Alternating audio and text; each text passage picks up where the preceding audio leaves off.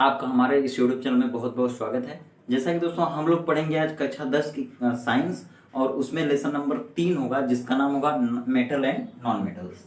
देखिए, यह है साइंस क्लास 10 की विज्ञान लेसन 3, और फिर इसका नाम क्या है, धातु एवं अधातु, मेटल्स एंड नॉन मेटल्स। ठीक है, तो आज हम लोग इस पूरे वीडियो में धातु और अधातु के बारे में बात करेंगे। ठीक, तो चलिए शुरू करते हैं आज की वीडियो को। देखिए, इसमें सबसे पहला जो पॉइंट होगा वो होगा धातु, मीन्स इसको कहते हैं मेटल्स। मेटल्स किसे कहते हैं, तो सबसे पहले देखिए मेटल्स किसे कहेंगे वो बात की बात है। सबसे पहले हम देख रहे हैं इन धातुओं के बारे में कि ये धातु हमारे अगल बगल हैं कि नहीं है, अगल बगल हमारे कौन सी ऐसी चीजें हैं जो धातुओं से बनती हैं। तो देखिए, आप ट्रेन को देखेंगे, ट्रेन, ठीक है, रेलगाड़ी। रेलगाड़ी क्या है, देखिए धातु से बनी है। ठीक है, जहाज देखे होंगे, पानी की जहाज या फिर हवाई जहाज, वो हवाई जहाज या फिर पानी वाली जहाज किससे बनी है, तो धातु से बनी है।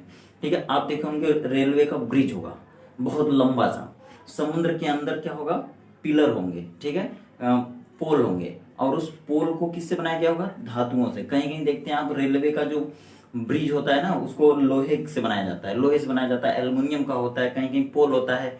कभी कभी देखे होंगे रेलगाड़ी जब जाती है तो वो लाइन से चलती है, मीन्स उसके ऊपर एक तार लगा होता है। वो तार किसका बना है, तो धातु का बना है। और वो तार जगह जगह खंबे से लटका होता है, तो वो खंबा किसका बना है, धातुओं से बना है।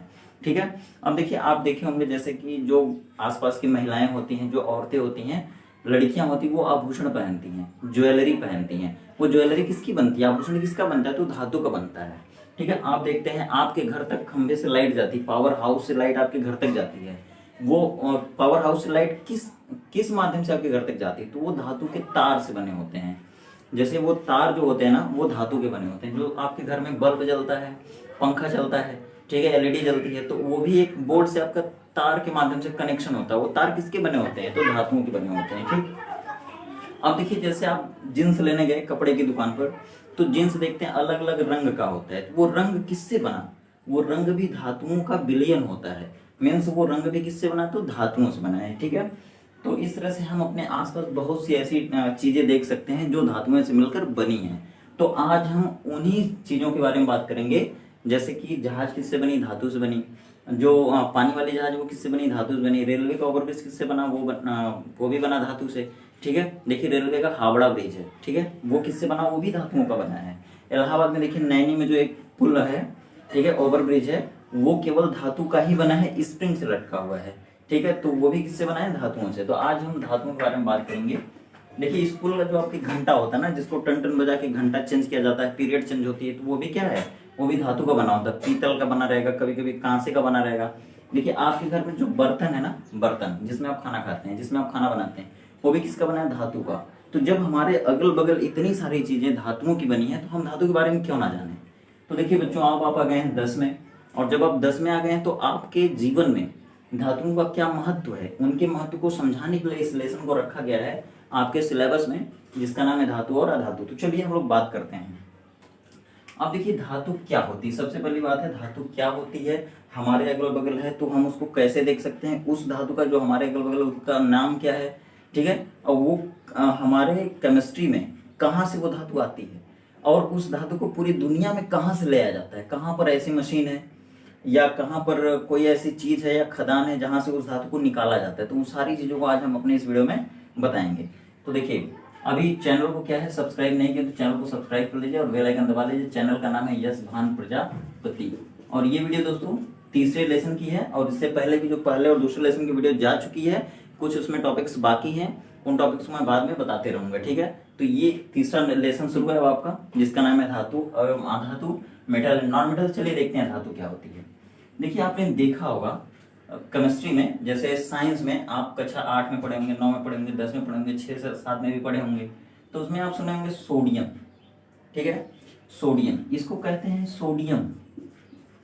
ठीक है, इंग्लिश हिंदी दोनों में कहते हैं सोडियम, और इसका प्रतीक होता है Na। ठीक है, तो इसको हम सोडियम कहते हैं। अब सोडियम क्या है, यह एक धातु है कि नहीं है, तो जब सोडियम धातु रहेगा तो इसके ऊपर एक प्लस का चिन्ह आ जाएगा। ठीक है, अगर धातु नहीं रहेगा तो इसके ऊपर प्लस का चिन्ह नहीं आएगा, और अगर ये धातु रहेगा तो सभी धातुएं चमकती हैं, मीन्स चमकदार होती हैं। अगर ये धातु रहेगा तो ये भी चमकेगा। ठीक है।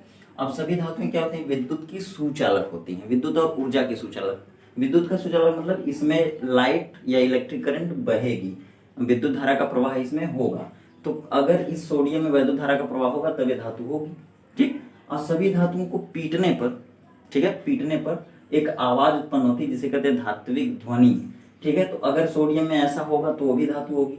ठीक है। अगर सभी धातुओं को जब हम पानी में डालते हैं या फिर विलयन बनाते हैं तो उसका विलयन रंगीन बनता है, और अगर सोडियम का विलयन रंगीन बनेगा तब हम कहेंगे कि सोडियम धातु है।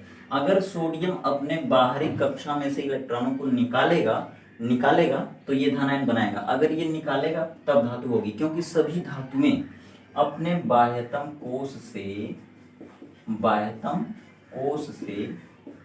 इलेक्ट्रॉनों को निकालती हैं या त्यागती हैं। ठीक है। अब देखिए, अभी परिभाषा में बताऊंगा। सबसे पहले किसी भी तत्व को हम धातु कब कहेंगे, जब उसमें अलग अलग लक्षण होगा। जैसे देखिए, जो भी तत्व अपने बाह्यतम कोश से इलेक्ट्रॉन को निकालेगा, ठीक है, जो भी तत्व अपने बाह्यतम कोश से इलेक्ट्रॉनों को निकालेगा वही धातु होगा। ठीक है। अब देखिए तत्व क्या है, यहाँ पे एक नया चीज आया, तत्व। तो तत्व के बारे में मैंने आपको पहले ही वीडियो में बताया, 1 से लेकर 30 तक आप देखे होंगे, जैसे hydrogen, helium, lithium, beryllium, boron, carbon, nitrogen, oxygen, fluorine, नियान।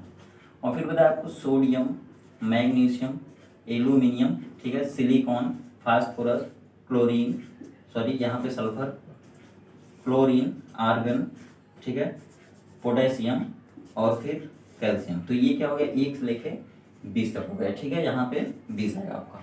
अब देखिए, इनमें से अभी इतना ही नहीं है, प्रकृति में कुल ज्ञात 118 तत्व हैं, 2 तत्व और 2010 में खोजे गए, कुल हो गए 120। लेकिन उनमें से हम क्या करते हैं, 108 के बारे में वेल नोन जानकारी है सबको, और फिर अभी 12 जो तत्व हैं वो अभी उन पर रिसर्च जारी है। ठीक है। तो देखिए, ये जो इतने तत्व हैं ना, प्रकृति में जो इतने तत्व हैं ना, उनमें से बहुत से ऐसे तत्व हैं जो अपने बाहरी कोश में से इलेक्ट्रॉनों को निकाल देते हैं, और जितना इलेक्ट्रॉन निकालते हैं उतना उनके ऊपर प्लस मीन्स धनावेश आता है, और उतना ही अगर वो इलेक्ट्रॉन लेता है तो उसके ऊपर ऋण आवेश आएगा। ठीक है। तो देखिए, सोडियम अपने बाहरी कोश में से 1 इलेक्ट्रॉन को निकालता है तो इसके ऊपर आ जाएगा 1 प्लस। मैग्नीशियम अपने बाहरी कोश में से 2 इलेक्ट्रॉन निकालता है तो इसके ऊपर आएगा द्विधनावेश, 2 बार डबल धनावेश आएगा, पॉजिटिव चार्ज। और एल्यूमिनियम अपने बाहरी कोश में से 3 इलेक्ट्रॉन को निकालता है तो इसके ऊपर क्या आएगा, 3 प्लस आएगा। ठीक। अब देखिए, यह सोडियम जो है वह 1 धनावेश इस पर क्यों आता है, इस सोडियम पर 1 धनावेश क्यों आता है। देखिए, होता क्या है, जब हम कक्षा 6, 7, 8 में थे या फिर 9th में गए तो हमको इलेक्ट्रॉनिक विन्यास सिखाया गया था। जैसे देखिए, सोडियम है तो सोडियम का यहाँ से नंबर आता है 11। देखिए दोस्तों, 11 इसका नंबर होगा, इसका मतलब इसमें 11 इलेक्ट्रॉन होंगे।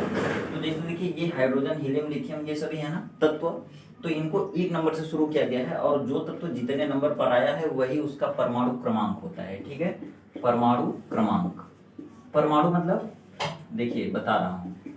सबसे पहले क्या है, ये हाइड्रोजन है ना, हाइड्रोजन अगर एक बार लिख दिया कहीं ना, अगर ये H फॉर होता है हाइड्रोजन, ये इंग्लिश में अल्फाबेट में आता है ABCD में, तो ये H वही H है, वही अल्फाबेट का है, लेकिन इसका इस्तेमाल करते हैं हम एक तत्व बताने के लिए। जैसे हाइड्रोजन, हाइड्रोजन गैस क्या है, यह एक गैस होती है जो ब्रह्मांड में सबसे ज्यादा पाई जाती है। मीन्स ब्रह्मांड में का मतलब अंतरिक्ष में, ऊपर अंतरिक्ष में सबसे ज्यादा मात्रा में यह गैस पाई जाती है, और यही गैस जब गुब्बारे में भर दी जाती है तो गुब्बारे को लेकर के ऊपर चला जाता है। हवाई जहाज होती है ना, हवाई जहाज ऊपर चलती है, उसके टायर में हाइड्रोजन गैस और हीलियम गैस भरी जाती है। ये दोनों गैसें बहुत हल्की होती हैं, इसीलिए हवाई जहाज को ये ऊपर लेके चली जाती हैं और हवाई जहाज ऊपर चलती रहती है।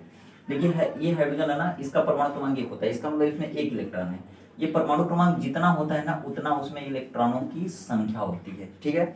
किसी भी तत्व का जितना परमाणु क्रमांक होता है उतने ही उसमें इलेक्ट्रॉन होते हैं। तो ये सोडियम है, हालांकि इसका वास्तविक नाम क्या है, तो नेटरियम, नेटरियम मीन्स नेट्रियम भी कह सकते हैं। ठीक है। और इसका ये ओरिजिनल नाम है, लेकिन इसको कहा जाता है सोडियम, और यही तत्व जो है पानी में आग लगा देता है। ठीक है। ये ठंडे पानी में जैसे इसको डालेंगे वैसे ही ये धुआं धुआं कर देगा, पूरा आग लग जाएगी। ठीक है। आप प्रैक्टिकल कर सकते हैं। अब देखिए, ये सोडियम है ना, सोडियम में 11 इलेक्ट्रॉन है, तो जब इसका इलेक्ट्रॉनिक विन्यास हम करेंगे तो 2, 8, 1 आएगा। ठीक है, 1 आएगा। और अगर इसकी बात करेंगे तो इसके नाभिक के बाहर 3 कोष होगा, KLM, तीसरा कोष होगा, जिसको कहते हैं संयोजी कोष। और ये अपने बाहरी कोश में से एक इलेक्ट्रॉन को दे देता है, हटा देता है, किसी दूसरे को दे देगा। जब भी कोई तत्व इसके संपर्क में आएगा या इससे अभिक्रिया करने आएगा, रासायनिक अभिक्रिया करने आएगा, तो ये अपना एक इलेक्ट्रॉन उसको दे देता है। और जब देगा तो इसको हम कैसे दिखाएंगे, देखिए Na और Na ऐसे तीर लगाएंगे, ठीक है। और फिर ये क्या करेगा, एक इलेक्ट्रॉन को दे देगा, जब दे देगा तो इसके ऊपर एक प्लस आ जाएगा, ठीक है। एक इलेक्ट्रॉन ये दे दिया, जब एक इलेक्ट्रॉन ये दे दिया तो Na के ऊपर एक प्लस आ गया। तो जितने भी तत्व ऐसा करते हैं, मतलब इलेक्ट्रॉनों को देकर धन आयन बनाते हैं, उसी को हम क्या कहेंगे, धातु कहेंगे, ठीक है।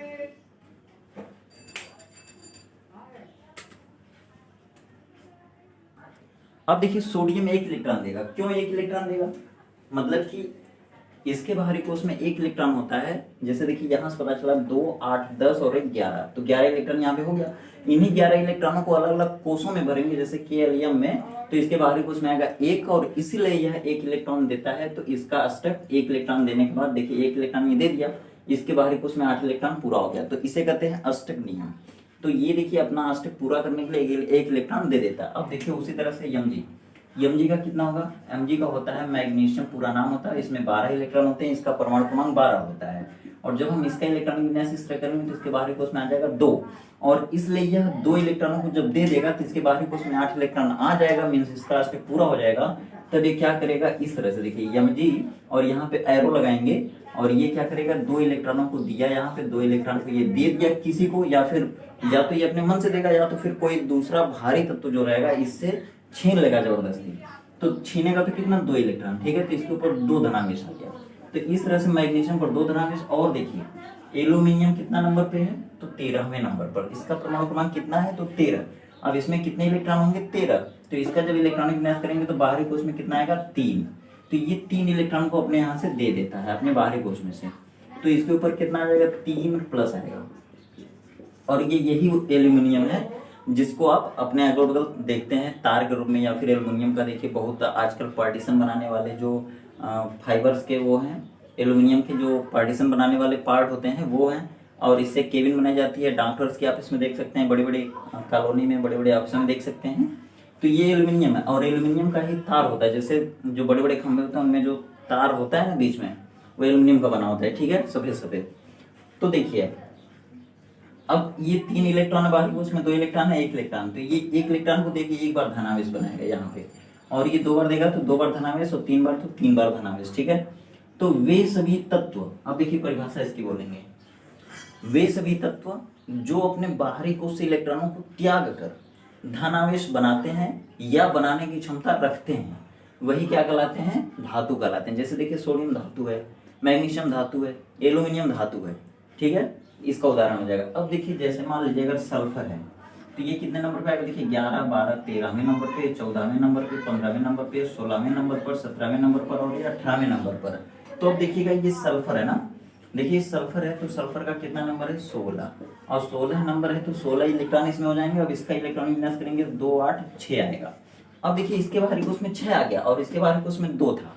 तो कोई भी तत्व धरती पर प्रकृति में अगर कोई भी तत्व है तो अपने बाहरी कोश में 8 बनाने की कोशिश करेगा। जब तक वो 8 नहीं बनाएगा तब तक वो अस्थायी नहीं होगा। ये तत्व क्या करेगा, अगर इसके बाहरी कोश में 5 है तो वो हमेशा 3 को खोजेगा। अगर किसी तत्व के बाहरी कोश में 1 है तो वो 7 वाले को खोजेगा, कि कोई उसको 7 वाला मिल जाए जिसके बाहरी कोश में 7 है। अभी क्या करेगा, 1 वाला जिसके बाहरी कोश में 1 है वो हमेशा 7 वाले को खोजेगा, 7 वाला हमेशा 1 को खोजेगा, क्योंकि वो 7 वाला है। अगर वो 1 वाले को खोजेगा तो 1 अगर उसको मिल जाएगा तो उसका 8 हो जाएगा, और जिसके बारे में उसमें 2 है वो 6 वाले को खोजेगा, और 6 वाला भी 2 वाले को खोजेगा।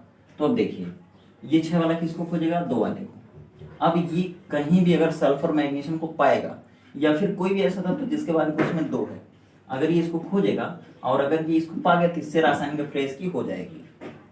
और जब ये इससे रासायनिक अभिक्रिया करेगा तो अब जैसे 2 लोगों में लड़ाई होती है तो जो पावरफुल होता है वो क्या करता है, उसको मार देता है। तो इसके बारे में उसमें 6 लोग हैं, और इसके बारे में उसमें 2 लोग हैं। जब ये इसको मारेगा, ठीक है, तो इसका इलेक्ट्रॉन जबरदस्ती छोड़ लेगा। जब छोड़ लेगा ये, तो ये 2 इलेक्ट्रॉन ले लिया और ये 2 इलेक्ट्रॉन दे दिया, इसको जबरदस्ती ये छोड़ लिया, तो इसके ऊपर ये दे दिया 2 इलेक्ट्रॉन, तो इसके ऊपर डबल धनावेश आ जाएगा। और ये सल्फर ले लिया 2 इलेक्ट्रॉन, तो इसके ऊपर क्या आ जाएगा, 2 माइनस। अब देखिए सल्फर के बाहरी कोश में 6 है, ये 2 इलेक्ट्रॉन किसी से लिया तो इधर दिखाएंगे आप, 2 इलेक्ट्रॉन लिया, ये सल्फर 2 इलेक्ट्रॉन ले लिया, मतलब प्लस का मतलब इसको मिल गया, तो ये क्या करेगा 2 बार माइनस हो जाएगा। ठीक, अब देखिए यहाँ पे क्लोरीन है, क्लोरीन की बारी उसमें कितना है 17 है इसका नंबर, इलेक्ट्रॉन 17 हुए तो 2 8 7, 2 8 10 और 7 17। अब इसको देखिए, इसके बारे में उसमें 8 इलेक्ट्रॉन है नहीं है, तो ये क्या करेगा एक वाले को खोजेगा जिनके बारे में उसमें 1 है, जैसे इनके बारे में उसमें 1 है ना, तो ये 1 वाला 7 वाले को खोजेगा और 7 वाला 1 वाले को खोजेगा। जब शायद समझो उधर ये इससे मिल गया या ये इसको मिल गया, तो ये दोनों अपने में झगड़ा कर लेंगे इलेक्ट्रॉनों को लेन देन करने के चक्कर में, तो ये पावरफुल हो जाएगा क्योंकि इसके बारे में उसमें 7 है, तो जिसके घर में 7 लोग रहेंगे, जिसके घर में 1 लोग रहेंगे, तो 7 वाला मजबूत रहेगा, तो ये उसके इलेक्ट्रॉन को जबरदस्ती छोड़ लेता है। तो ये छोड़ लिया कितना इलेक्ट्रॉन 1, ये 2 वाले से नहीं भिड़ेगा, क्यों? क्योंकि इसको 1 चाहिए 8 बनाने के लिए। ये 3 वाले से भी नहीं भिड़ेगा क्योंकि इसको 1 चाहिए, तो खाली 1 वाले से भिड़ेगा। ये दुनिया में केवल उसी धातु से क्रिया करेंगे जिनके बाहरी कोश में कितना होगा 1, तो ये इससे भिड़ जाएगा। अब ये इसके इलेक्ट्रॉन को छोड़ लेगा, तो ये दे देगा और ये ले लेगा, ये कितना लेगा, तो Cl 1 इलेक्ट्रॉन लेगा, तो इसके ऊपर 1 माइनस आएगा। अब देखिए जैसे आप ही हैं, किसी से अगर 5,000 रुपये ले लीजिए तो आप ऋणी हो गए, ऋणी हो गए। तो जो तत्व इलेक्ट्रॉन को लेता है, जो तत्व इलेक्ट्रॉन को लेता है वो ऋणी हो जाता है। 1 लेगा तो 1 बार ऋणी होगा, 2 लेगा तो 2 बार ऋणी होगा, और जो लेते हैं, जो तत्व इलेक्ट्रॉनों को ग्रहण करते हैं वे ऋणी हो जाते हैं, वही अधातु कहलाते हैं। ठीक है, नॉन मेटल। तो हम इसको कैसे कर सकते हैं, कहेंगे कि जो तत्व इलेक्ट्रॉनों को ग्रहण करके ऋणायन बनाते हैं या बनाने की क्षमता रखते हैं वे क्या कहलाते हैं, अधातु। तो देखिए ये हो जाएगा अधातु, इसको कहेंगे नॉन मेटल, नॉन मेटल। और ये देखिए धनायन बना रहे हैं तो इसको हम क्या कहेंगे, धातु। ठीक है, और इसी को कहेंगे मेटल्स, मेटल या मेटल्स। ठीक, अब देखिए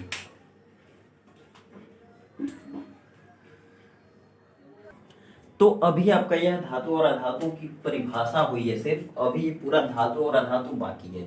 ठीक है, लेकिन हम इसमें कुछ इंपॉर्टेंट चीजें जान लें जो हमारे एसएससी, बैंक, रेलवे और दिल्ली पुलिस, यूपी पुलिस, लेखपाल की परीक्षाओं में पूछे जाते हैं, उनसे हम कुछ पॉइंट देख लेते हैं इसमें, चूंकि ये भी धातुएं हैं और वो भी धातुएं हैं।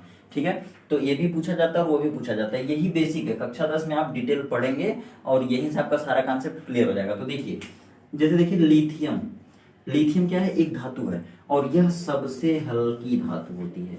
ठीक है, सबसे हल्की धातु, इसको कहते हैं लाइटेस्ट मेटल। ठीक है, सबसे हल्की धातु दुनिया में कौन है, तो लिथियम है। और सेलफोन, जो आपका मोबाइल फोन होता है, इसकी बैटरी किससे बनती है, तो ये भी लिथियम से ही बनती है। ठीक है, तो अब देखिए सबसे हल्की धातु अगर लिथियम है तो सबसे भारी धातु कौन है, सबसे भारी धातु कौन है, तो देखिए ऑस्मियम है, याद रखिएगा हमेशा। क्या है, ऑस्मियम। उसका संकेत क्या होता है, उसको हम किस अक्षर से दिखाते हैं, तो OS मीन्स ऑस्मियम। यह सबसे heaviest metal on the earth है, सबसे भारी धातु। अब देखिए सभी धातुएं ठोस होती हैं, सभी धातुएं ठोस अवस्था में पाई जाते हैं, मीन्स उनका आयतन और आकृति दोनों निश्चित होता है। तो अब देखिए वो कौन है, द्रव धातु। देखिए द्रव धातु, ठीक है, द्रव धातु मीन्स कौन सी ऐसी धातु है जो द्रव अवस्था में पाई जाती है। ठीक है, तो उसका नाम है मरकरी, मरकरी या फिर पारा उसे कहते हैं। क्या कहते हैं, पारा, लेकिन उसका ओरिजिनल नाम होता है हाइड्रेरिजिरम, हाइड्रेरिजिरम, हाइड्रेरिजिरम। इसको मरकरी कहते हैं या फिर पारा कहते हैं, और यही ऐसी धातु है जो द्रव अवस्था में पाई जाती है। लेकिन देखिए याद करिएगा, ब्रोमीन द्रव अधातु, ये भी बहुत बार पूछा गया पेपर में, एसएससी में, बैंक में पूछा गया है। द्रव धातु कौन है, तो ब्रोमीन पूछा गया है। और सबसे पहली क्षारीय धातु कौन है, सबसे पहली क्षारीय धातु कौन है। क्षारीय धातु का मतलब क्या, जो क्षारीय विलयन, मतलब कि जिनके ऑक्साइड को अगर हम पानी में डालेंगे तो क्षारीय विलयन बनाएगा। ठीक है, ऐसी धातु जिसके ऑक्साइड को अगर पानी में डालें तो क्षारीय विलयन बनाए, ऐसी धातु को कहते हैं क्षारीय धातु। और सबसे पहली क्षारीय धातु कौन है, तो लिथियम ही है। ठीक है, और क्षारीय मृदा धातु पहली कौन है, पहली क्षारीय मृदा धातु कौन है, तो ये क्षारीय मृदा धातु कौन रहेगी दोस्तों, बेरिलियम, याद रखिएगा। ठीक है, बेरिलियम। अब बता दो कि ऐसी धातु जो सबसे महंगी बिकती है, सबसे महंगी धातु, सबसे महंगी धातु कौन है, तो प्लेटिनम। ठीक है, याद रखिएगा, उसका संकेत होता है Pt, और इसको सफेद सोना कहते हैं, सफेद स्वर्ण या सफेद सोना। ठीक है, तो इस तरह से देखिए धातुओं के बारे में कुछ इंपॉर्टेंट चीजें। लेकिन दोस्तों अभी क्या है, अगर धातु की परिभाषा आप आपसे पूछी जाएगी तो आप बोलेंगे वह तत्व, ठीक है, वे तत्व जो अपने बाह्यतम गुण से इलेक्ट्रॉनों को निकाल कर धन आयन बनाते हैं या बनाने की क्षमता रखते हैं, वे धातु कहलाते हैं, जैसे सोना, चांदी। अब देखिए जैसे धातुओं का उदाहरण, ये तो इंपॉर्टेंट नोट हो गया, ठीक है, धातुओं के बारे में इंपॉर्टेंट नोट जो परीक्षाओं में पूछे जाते हैं, बोर्ड एग्जाम में भी पूछे जा सकते हैं। अब देखिए जैसे बहुत से ऐसी धातुएं जो हमारे डेली लाइफ में देखी जाती हैं, आभूषण बनते हैं उनके, तो देखिए कौन कौन सी ऐसी धातुएं, कॉपर, कॉपर का तार बनता है, ठीक है, बड़े पैमाने पर। और जितने मोटर होते हैं, पंखा होता है, फ्रिज होता है, कूलर होता है ना, उन सभी का जो वायर होता है वो तांबे से बनता है, ठीक है। और चलिए आगे देखिए, ये चांदी, चांदी का प्रतीक क्या होता है, एजी, एजी का ओरिजिनल नाम क्या होता है, तो अर्जेंटम। और ये कॉपर, कॉपर का ओरिजिनल नाम क्या है, क्यूप्रम, क्यूप्रम मतलब कॉपर, कॉपर मतलब तांबा। और ये एजी है, एजी का ओरिजिनल नाम क्या है, तो अर्जेंटम, लेकिन इसको कहते क्या है, तो सिल्वर कहते हैं, सिल्वर मतलब चांदी, ठीक है, सिल्वर मतलब चांदी। आगे देखिए क्या है, सोना, सोना क्या है, सोने का आभूषण बनता है ना, इसको कहते हैं गोल्ड, गोल्ड माने स्वर्ण या सोना, लेकिन इसका ओरिजिनल नाम क्या है, ऑरम होता है, क्या, ऑरम, AURUM, ऑरम, ये इसका ओरिजिनल नाम है या लैटिन नाम है, ठीक। तो इस तरह से दोस्तों धातु की परिभाषा खत्म हुई है। अब हम पढ़ेंगे धातुओं के लक्षण, मतलब विशेषता, विशेषता मतलब खासियत। धातु अगर कोई चीज है तो उसमें क्या क्या खासियत होगी, क्या क्या लक्षण होंगे, क्या क्या उसकी विशेषता होगी, उसको देखेंगे।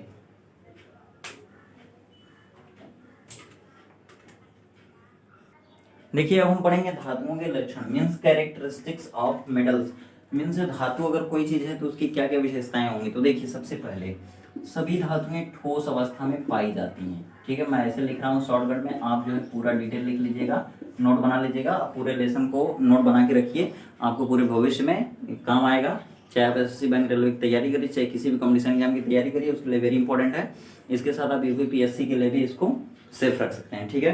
तो PCS IAS में भी एक क्वेश्चन पूछा जाता है। देखिए सभी धातुएं क्या होती हैं, पहली बात ठोस अवस्था में पाई जाती हैं, लेकिन मैं शॉर्ट में लिख रहा हूँ, आप पूरा समझिएगा, लेकिन जो मरकरी होती है ना, ये द्रव धातु होती है या द्रव अवस्था में पाई जाती है, ठीक है। आगे देखिए सबसे हल्की जो धातुएं होती है ना, वो विद्युत की सुचालक होती हैं, विद्युत और ऊर्जा की सुचालक होती हैं, ऊर्जा की सुचालक होती हैं, ठीक है। आगे देखिए तीसरा पॉइंट, इनमें धात्विक चमक होती है, धात्विक चमक होती है, या ये प्रायः चमकदार होते हैं, चमकदार होते हैं। अब देखिए अगला पॉइंट क्या है, अगला पॉइंट है कि ये हमेशा क्या करते हैं, रंगीन विलयन बनाते हैं, ये सदैव रंगीन विलयन बनाते हैं। रंगीन विलयन जैसे देखिए मैग्नीज का जो होता है ना, मैग्नीज का जो विलयन होता है ना, वो गुलाबी होता है, क्या होता है, गुलाबी, ठीक है। अब देखिए इसके साथ कॉपर का जो विलयन होगा हमेशा क्या होता है, नीला होता है, कॉपर का विलयन कैसा होता है, नीला। अगर कोबाल्ट कहीं बनाएगा तो उसका भी क्या होगा, नीला, ठीक है।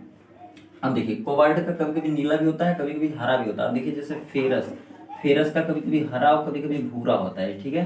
तो इस तरह से जितनी भी धातुएं होती है वो अलग अलग अपना कलर बनाती है, मीन्स रंगीन विलयन बनाया जाता है इससे। और फिर पांचवा देखिए क्या है, इनमें धात्विक चमक के साथ साथ धात्विक आवाज होती है, धात्विक आवाज, धात्विक आवाज को क्या कहते हैं, धात्विक ध्वनि। जैसे स्कूल का घंटा बजाते हैं तो अलग अलग तरीके से, और मंदिर का घंटा बजाते हैं थोड़ी साउंड अलग होता है, मीन्स उसमें धात्विक ध्वनि होती है।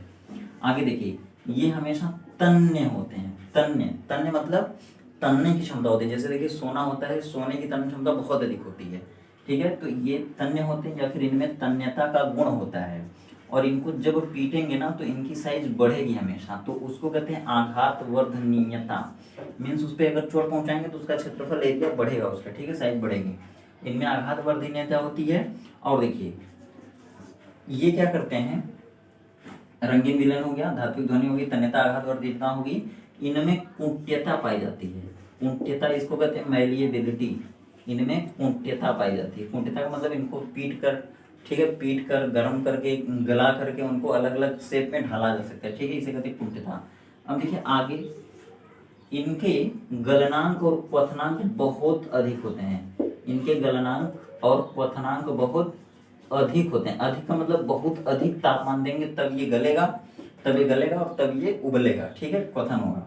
तो इनके गलनांक जैसे देखिए टंगस्टन होता है, टंगस्टन जो बल्ब के बीच में जो तंतु होता है पूछा जाता है वो किसका होता है, तो उसका नाम होता है टंगस्टन। बल्ब का तंतु टंगस्टन का बना होता है, इसको कहते हैं उल्फार्म और इसका प्रतीक होता है डब्ल्यू। इसका जो गलनांक होता है ना 3500 से भी अधिक होता है, ठीक है। जैसे देखिए जो प्रेस होता है, प्रेस में जो गलनांक होता है ना, प्रेस में जो वायर लगा होता है उसका भी गलनांक बहुत ज्यादा होता है। और जो हीटर होता है, वैद्युत हीटर, उसका तार जो होता है नाइक्रोम का बना होता है, वो भी जल्दी गलता नहीं। देखिए आप लाइट में लगाते हैं वो खुद जलता है, लेकिन वो गलता नहीं है क्योंकि उसका भी गलनांक बहुत ज्यादा होता है, मीन 3500 डिग्री सेंटीग्रेड से भी ज्यादा होता है। अब देखिए जितने भी धातुएं होती है ना वो सभी मिश्र धातुएं बनाते हैं। क्या बनाते हैं? मिश्र धातुएं। देखिए इधर बता देता हूँ, मिश्र धातु का मतलब क्या होता है? एलॉय। एलॉय का मतलब जब हम किसी एक धातु में दूसरी धातु मिक्स करते हैं ना तो वो हो जाता है एलॉय। जैसे देखिए कांसा, तो कांसा में हम क्या मिलाते हैं? कॉपर और यशयन, ठीक है। पीतल क्या है? एक मिश्र धातु है जिनमें दो धातुओं को मिक्स करके बनाया गया, जैसे कॉपर और जिंक, ठीक है। तो दोस्तों आज की वीडियो में बस इतना ही रखते हैं। अगर चैनल को आप सब्सक्राइब नहीं किए तो चैनल को सब्सक्राइब कर लीजिए, अगली वीडियो आपको तुरंत मिलेगी, बेल आइकन दबा लीजिएगा। अब दोस्तों हम लोग अगली वीडियो में बात करेंगे इन धातुओं के लक्षण को फिर से बताएंगे, और फिर उसमें हम बताएंगे मुख्य रूप से एलॉय क्या होता है। एलॉय मीन्स होती है मिश्र धातु, इसमें दो धातुओं को मिक्स करके बनाया जाता है एक नई धातु, उसको कहते हैं एलॉय। एलॉय का बहुत इस्तेमाल होता है, एलॉय भी पूछा जाता है पेपर में, ठीक है। तो आज के लिए बस इतना ही रखते हैं, तब तक आप खुश रहिए, व्यस्त रहिए, मस्त रहिए, मिलते हैं अगली वीडियो में, और आपका दिन शुभ हो।